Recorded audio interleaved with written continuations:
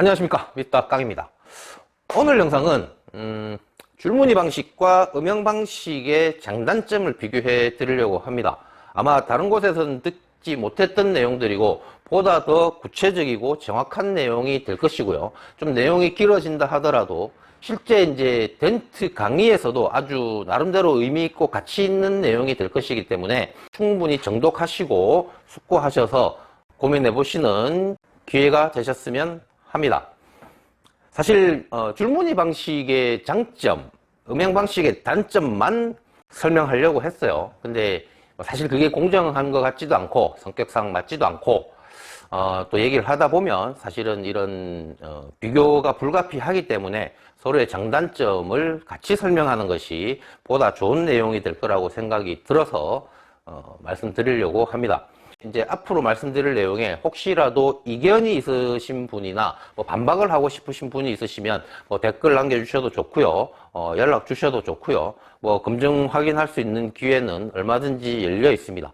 애초에 이런 영상 자체가 많은 분들께 올바른 정보를 통해서 발전할 수 있도록 도움을 드리고자 하는 의도라고 보면, 그 의도와 맞지 않은 내용이라 그러면 스스로 책임지는 의미로도 정정도 해드려야 되고, 사실은 이제 잘못된 정보를 전해드림으로 인해서 혼란을 겪으셨을 분들에게 사실은 사과도 하는 것이 맞다고 생각을 하기 때문에 뭐 반박하실 부분들이 있으시면 언제든지 편하게 당당하게 말씀해 주시는 게 좋겠습니다. 영상을 다시 찍고 있습니다. 편집까지 끝낸 영상을 보는데 그 영상 속에서 제가 너무 성질을 내고 있더라고요. 사실은 이런 영상을 찍는 계기가 있다 보니 뭐 그럴 수도 있겠다 싶지만, 사실은 또 정말 중요한 얘기가 될 수도 있고 또 좋은 얘기가 될 수도 있는데 성질내는 모습이 좀 부담스러워서 다시 좀 캄다운 상태로 영상을 찍고 있습니다. 또 한 가지가, 또 너무 성질내면서 이렇게 설명을 하다 보니까 제가 이 감춰야 될 나름의 비결들, 또 줄무늬 기술자분들도 잘 모르는 내용들을 제가 너무 오픈을 해버렸더라고요. 그래서 좀 감추는 의미이기도 하고, 또 어차피 뭐 줄무늬 방식의 장점을 설명하는 것이 사실은 그렇게 어려운 것도 아니고, 그래서 조금 내용을 수정하는 의미로 다시 찍고 있습니다. 줄무늬 방식이든 음영 방식이든 두 가지 방식 모두 덴트를 복원하는 데 있어서 충분히 좋은 방식이에요. 동시에 어느 쪽도 완전한 방식은 아닙니다. 이것은 판독기를 결국 뭐 거리, 높이, 방향, 각도 뭐 등등에 따라서 덴트를 다르게 표현하고 있다는 사실만 봐도 알 수 있죠. 중요한 건 기술자가 이 판독기를 활용을 해서, 제대로 활용을 해서 효율적인 복원을 할 수 있느냐 없느냐의 문제인 것이지, 판독기가 뭐 덴트를 복원해 주는 게 아니거든요. 어쨌든 줄무늬 방식과 음영 방식의 차이를 가장 대표하는 설명은, 줄무늬 방식은 보다 가까운 곳에서 작업하는 방식, 음영 방식은 보다 먼 곳에서 작업하는 방식, 먼 거리에서 작업하는 방식, 뭐 이렇게 이해하시면 좋을 것 같아요. 그래서 그 특성에 따라서 서로의 장단점도 역시나 좀 상호 보완적인 특성을 가지고 있는 것이 사실이에요. 100% 말고 90% 완성도, 10% 모자란 수준의 완성도를 가지고 줄무늬 방식의 결과와 음영 방식의 결과를 비교해 보면, 음영 방식은 멀리서 보면 깨끗해 보이는데 가까운 곳에서 보면 미세한 하이스팟이나 압축된 로우스팟 등이 그 모자란 10%만큼 남아있는 경우들이 많고요. 줄무늬 같은 경우는 가까이서 보면 깨끗해요. 가까이서 작업하는 거니까요. 근데 멀리서 보면 뭔가 모자란 10%만큼 살짝 남은 잔상이 있는 경우가 많습니다. 이것만 봐도 또 상호 보완적인 또 특성을 보여주고 있죠. 줄무늬와 음영 방식을 적용할 때 비슷한 내용을 보여주기도 하지만 전혀 다른 모습을 보여주는 사례를 하나 확인해 보시겠습니다. 지금 덴트가 지금 이쪽 방향으로 일자 형태의 덴트가 있어요. 지금 여기에 이쪽에 이렇게 보시면 일자 덴트가 있습니다. 보이시나요?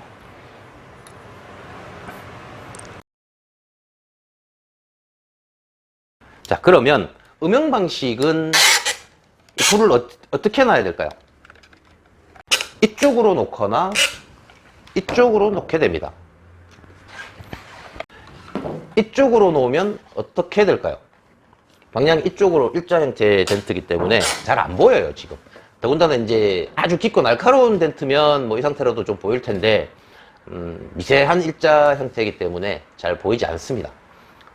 그리고 이렇게 놓으면 어떨까요? 역시나 보이지 않는 상태가 되죠. 그러면 줄무늬 방식은 어떨까요? 줄무늬 방식도 이쪽으로 놓고 이쪽으로 놓는 것은 당연히 되고요. 이쪽으로 놔도 이쪽 방향에 놓더라도 보이게 할 수 있습니다. 물론 이 상태로는 잘 안 보여요.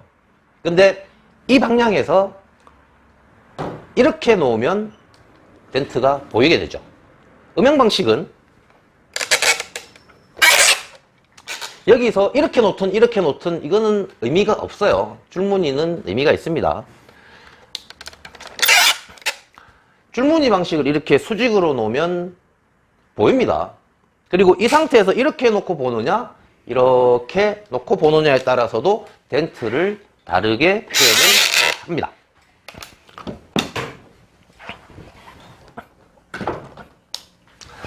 이 내용이 의미하는 것은 실전에 이제 덴트를 할 때 공구 진입 방향이라든지 작업자의 위치라든지 음영 방식보다는 줄무늬 방식이 보다 더 편하고 자유롭다는 의미가 돼요.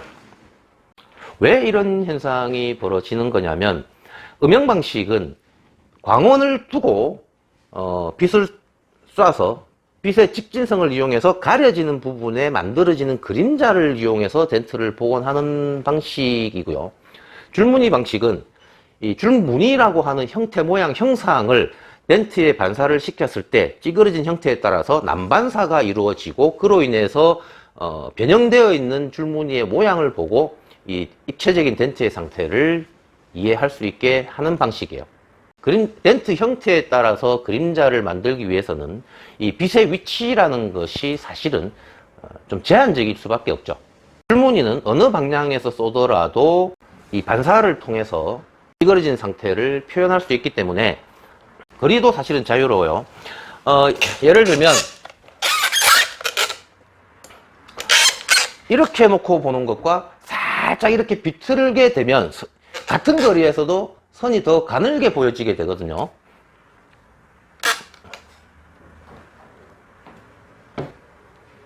요거를 좀 보여드리면 좋을 것 같은데요. 근데 음영 방식은 이렇게 놓나 이렇게 놓나 의미가 없죠. 이것이 이제 실전에서는 음영 방식보다는 줄무늬 방식이 보다 편한 위치에서 편한 자세로 보다 편하게 작업할 수 있게 해주는 조건이 되는 겁니다. 어쨌든 이런 특성이 사실은 이제 한국 시장에는 더 적합하다라는 거예요. 해외는 사실은 대부분 우박 덴트에 특화된 시장이에요. 생활 덴트의 비중이 그렇게 크지 않습니다. 근데 한국 시장은 대부분이 생활 덴트에 비중을 두고 있죠. 한국 시장의 이 생활 덴트들은 사이드 쪽에서 대부분 작업이 이루어지고 또 이 일반적인 우박 덴트보다 훨씬 더 깊고 날카롭고 크고 뭐 등등의 작업이 이루어지는데 또 그것이 부분적으로 작업이 이루어지는 시장이에요. 그러면 앞서 보신 이 줄무늬 방식의 특성이 가지는 의미가 훨씬 더 커집니다. 그래서 둘 중에 한 가지만 선택해야 된다라고 전제하면 한국 시장에서는 줄무늬 방식을 선택하는 것이 맞다 라고 말씀드릴 수 있는 거고요. 줄무늬 방식을 배워야 되는 더 큰 이유는 둘 중에 한 가지 방식만 선택해야 된다라는 법은 없어요. 두 가지 방식을 다 섭렵하고 얻기 위해서는 사실은 음영 방식보다는 줄무늬 방식을 먼저 익히는 것이 좋습니다. 줄무늬 방식을 배우신 분들이 음영 방식의 장점을 취하는 것이 쉽다는 겁니다. 음영 방식을 먼저 배우신 분이 줄무늬 방식의 장점을 취하기는 어렵습니다. 이게 왜 그러냐면 줄무늬 방식을 쓰는 사람에게 음영 방식의 장점이라는 것은 보다 먼 곳에서 잔상을 마무리하는데 보다 편하고 유리하다라는 거거든요. 그런데 뭐 깊은 덴트, 날카로운 덴트, 찍힌 덴트를 초기 대응하는 것이 쉬울까요? 아니면 미세한 잔상이 남았는데 이것을 처리하는 것이 쉬울까요?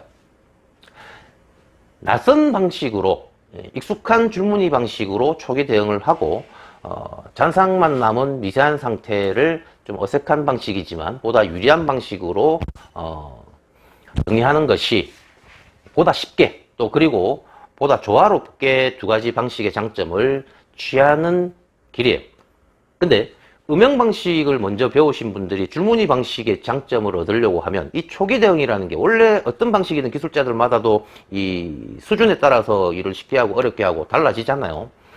줄무늬 방식으로 오랜 세월 숙달하고 발전해야만, 그만큼 줄무늬가 줄무늬 전문가만큼 익숙해져야만, 그 익숙해진 만큼만 줄무늬 방식의 장점을 가져갈 수 있는데, 중요한 건 음영 방식으로 초기 대응을 할 수 있는 상태라는 거예요.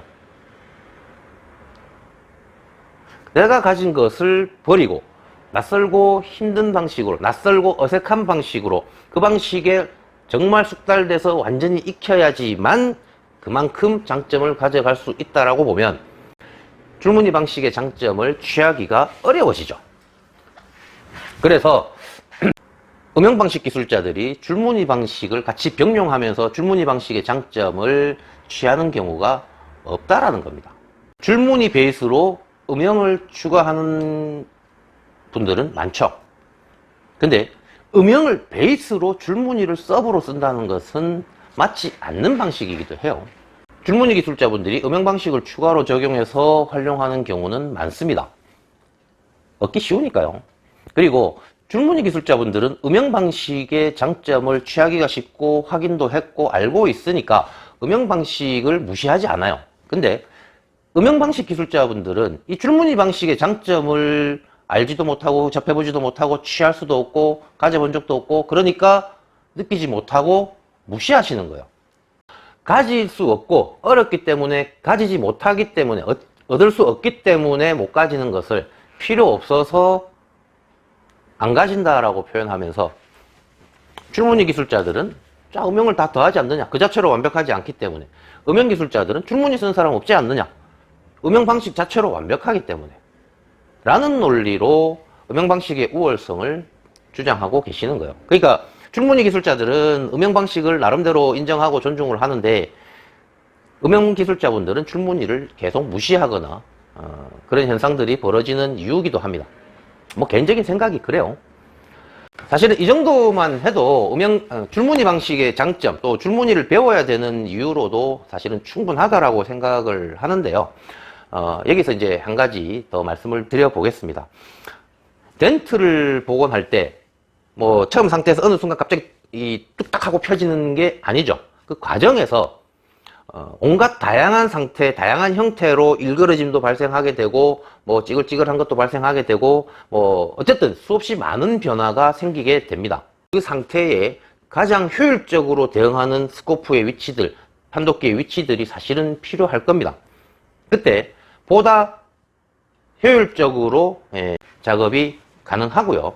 이것은 줄무늬 방식이기에 그렇게 할 수 있는 거예요. 보다 가까운 곳에 있기 때문에도 할 수 있고, 또 보다 이렇게 작게 만들어서 활용할 수 있기 때문에 그렇게 대응할 수 있는 겁니다. 이것은 줄무늬 방식의 단점이 아니고 장점인 것은, 뭐 음영 방식도 그러면 작게 만들어서 이렇게 하면 되는 거 아니냐.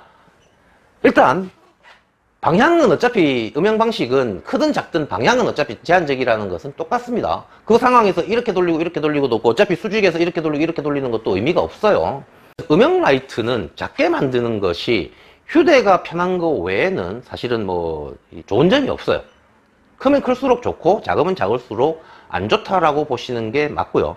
줄무늬 방식은 수시로 또 움직일 수 있고 움직여야 되는데, 이것이 오히려 장점인데, 크면 클수록 이 장점을 활용하기가 불편해지고 어려워지는 상황이 되는 거죠. 그래서 줄무늬는 크게 쓰는 게 아니고 사실은 작게 쓰는 게 유리한 거고요. 또 보다 가까운 거리에서 보다 멀리 놓고 작업하는 효과를 얻기 위해서 선은 가늘게 쓰는 것이 좋은 겁니다. 근데 너무 지나치게 가늘어지면 진짜 조금만 떨어져도 너무 덴트가 막 복잡하게 보이는 문제가 있기 때문에 적정선이라는 게 필요하고요. 그래서 제가 생각하는 적정선이 제가 만든 이 스코프에 적용하고 있는 줄무늬의 굵기입니다.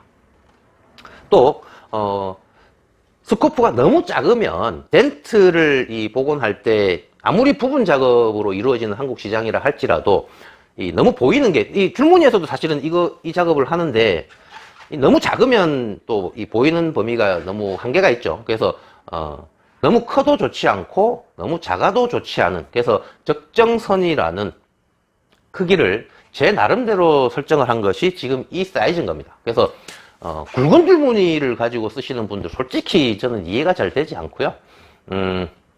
다리를 2개를 쓰시는 분들도 사실은 좀 이해가 안 돼요. 줄무늬 방식의 진짜 강점이 이런 자유로운 움직임이 있는 건데, 움직여야 되고 움직일 수 있다는 건데, 다리가 2개가 있으면 이 움직임이라는 게 한계가 있죠. 제한적이에요. 또 이것을 극대화하기 위해서는 목이 하나여야 크게 움직일 수 있고 크게 바꿀 수 있고 또 옮길 때도 편한데, 뭐 다리 2개를 막 옮기는 것도 각도 트는 것도 한계가 있고, 뭐 어쨌든 여러 가지 면에서 차이가 있습니다. 그래서 이제 줄무늬를 쓰는 기술자들도 이런 차이가 사실은 있는 건데요. 어쨌든 제가 생각하는 줄무늬 방식의 장점은 이런 거고, 제가 스코프를 이렇게 제작하고 공급하는 것도 그런 이유입니다. 자, 어쨌든 줄무늬 방식으로 덴트를 하고 계시는 분들 뭐 참고가 되셨으면 좋겠고, 그 영상 때문에 너무 의기소침하지 말으셨으면 좋겠고, 또 예비 덴트 기술자분들은 이 영상을 통해서 충분히 숙고하신 뒤에 올바른 선택을 하시기 바라겠습니다. 이거 정말 중요한 문제예요. 많은 분들이 혼란을 통해서 잘못된 선택을 하시게 되면 많은 사람의 인생이 달라질 수 있는 문제이기도 하기 때문에 어쨌든 뭐 결국 판단은 각자가 하는 게 맞습니다. 충분히 알아보시고 충분히 숙고하셔서 결정하시기를 당부드립니다. 여기까지 하겠습니다. 감사합니다. 아참, 뭐 이 정도 내용이면 뭐 좋아요 하나 정도 눌러주실 수 있는 내용이지 않을까요? 뭐 댓글을 남겨주셔도 좋고요. 부탁드리겠습니다. 감사합니다.